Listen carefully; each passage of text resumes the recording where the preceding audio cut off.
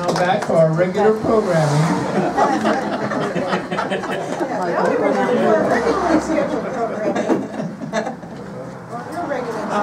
I'd like to invite Tiffany back to do this, her second half of her reading.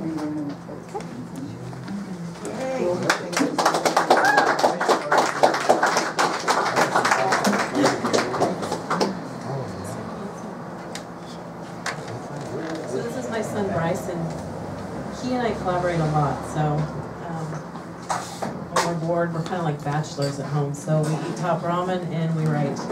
So it's fun. It's our thing.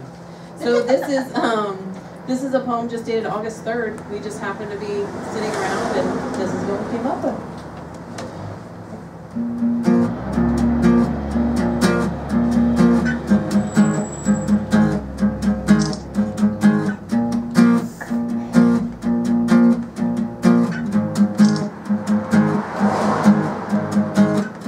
Everywhere.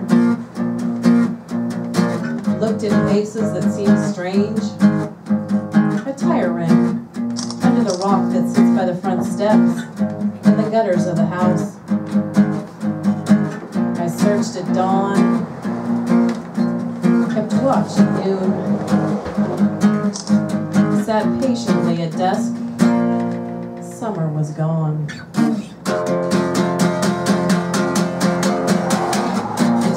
Was wet from the fall rain, the rocks already forming moss,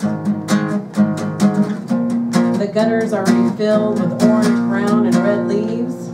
Summer was gone until next July.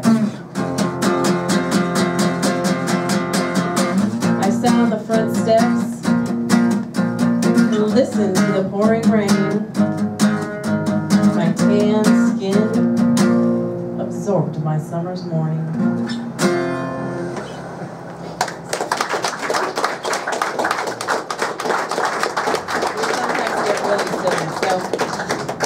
This next one's called Mighty Love. This is a little bit more mellow. Yes.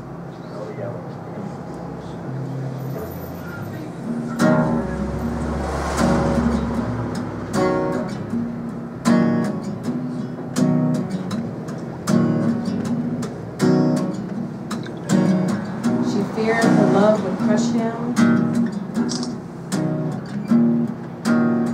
from the pure magnitude of its power.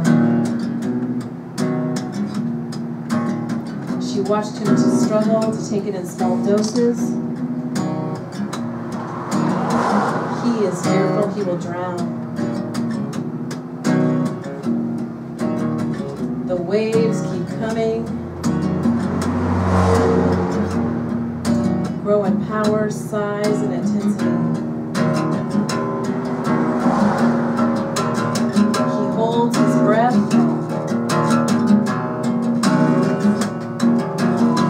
Lets her mighty love wash over him. He wonders how he ever feared his demise, with her love by his side. In the end, he knew he could not love her the same way,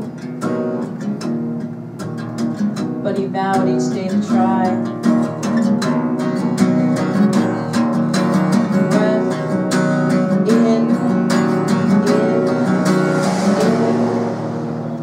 One breath out.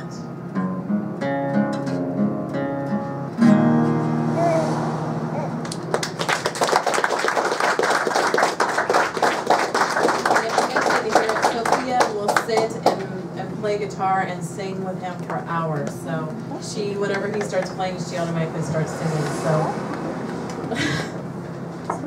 So this next one, I wrote a while ago, and happened to be, I was driving to get coffee on my way to work, and the sunflowers were dying.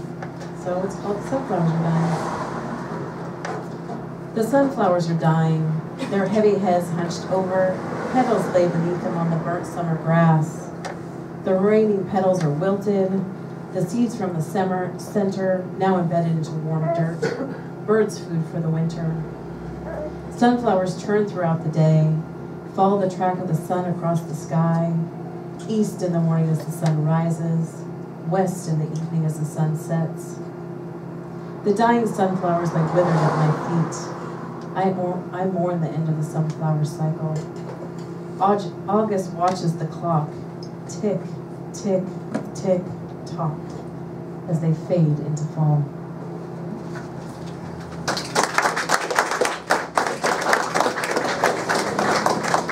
And this last one, or not this last one, but this next one is based on Dionysus. It was a prompt to write on a mythological figure, so this is the one that I chose.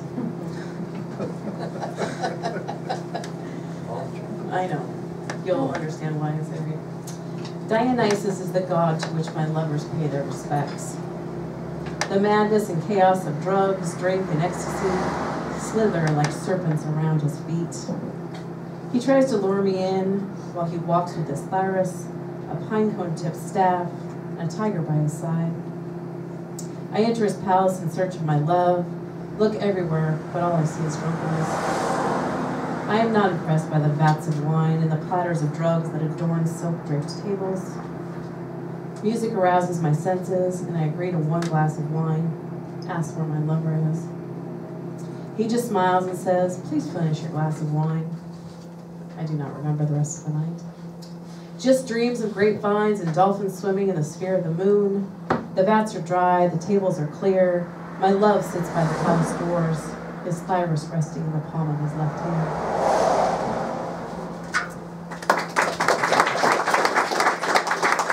Before they were done listening to the sound of my voice. That's always my favorite part. Aww. This one is actually untitled.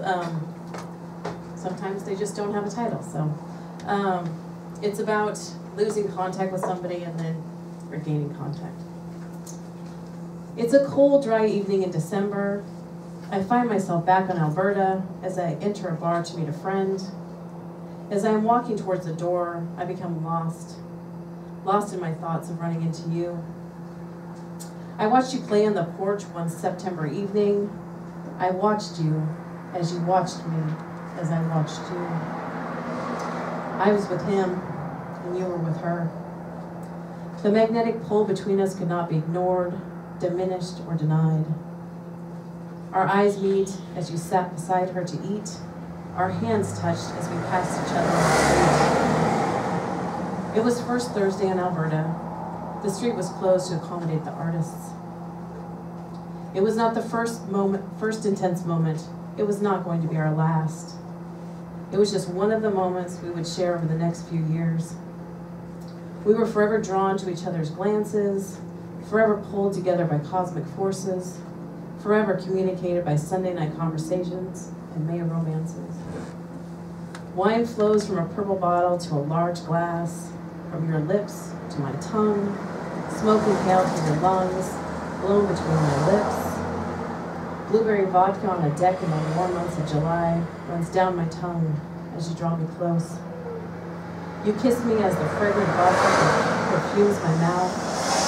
Passion like this, neither one can resist. We took drives to Lake Oswego. We sat and looked at the stars while we talked and stared at each other. We were comfortable, never missing a beat in our conversation. New loves arrive and we hold unspoken truths and feelings that create a 5-year separation. Fast forward to March 19th, 2015. I walk down Lombard as my friend and I discuss poetry and our plans for the weekend. We approach Slim's, the neighborhood bar. My heart stops as I see you standing there. I knew it was you as I drew closer. There are not many 6'4" men walking the streets of Portland. I said to my friend, "That's him." And I confidently walked up and stood before you. You saw me, smiled as I leaned to kiss you and give you a long overdue hug. I returned to watch you play, watch the drums become an extension of your heartbeat, just like I had done so many times before. Our conversation flows as smooth as aged whiskey that grows in flavor with time. The rest of our story is still yet to unfold.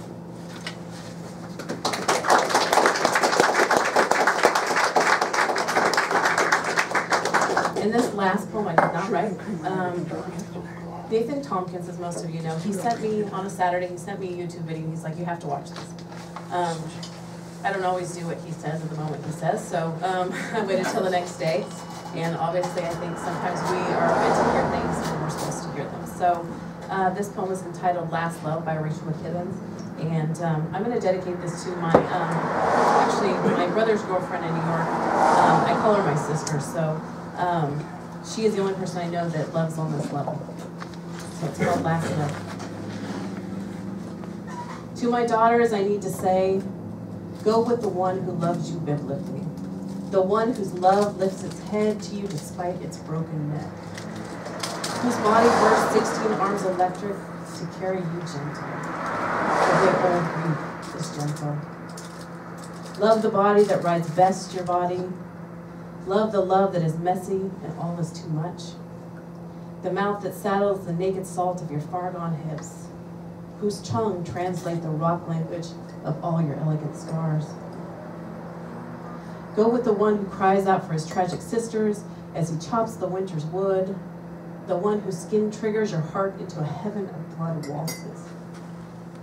Go with the one who most resembles your father. Not the father you can point out on a map, but the father who is here, is your home, the key to your front door. Know that your first love will only be your first, and your second, and your third, and even your fourth will unprepare you for the most important, the blessed, the beast, the last love, which is the most terrifying kind. Because which one of us wants to go with what can murder us, can pull us out of ourselves until we're no longer sisters, or daughters, or sword swallowers, but instead women who give, and take, and want, and want, and want. Because there is no shame in wanting. And you will hear yourself say, last love, I wish to die so I may come back to you new and never tasted by another's mouth but yours. And I will want to be the hands that pull your children out of you and tuck them so deep inside me until they are ready to be children with such a royal and staggering love. Or you will say, last love, I am old and I've spent my life on the courageless, have wasted too many clocks on less deserving men. So I hurl myself at the throne of you and lie humbly at your feet. Last love, let the day I was born mean my life will end where you end. Let the man behind the church do what he did if it brings me to you. Let the girls in the locker room corner me again if it brings me to you. Let this wild depression throw me beneath its hoofs if it brings me to you. Let my father break me again and again if it brings me to you. Last love, I vowed my heart to another. Forgive me. Last love, I let other men borrow your children. Forgive me.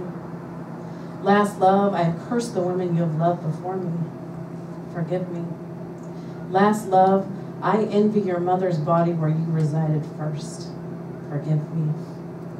Last love, I did not see you coming. Forgive me. Last love, I am all that is left. Forgive me.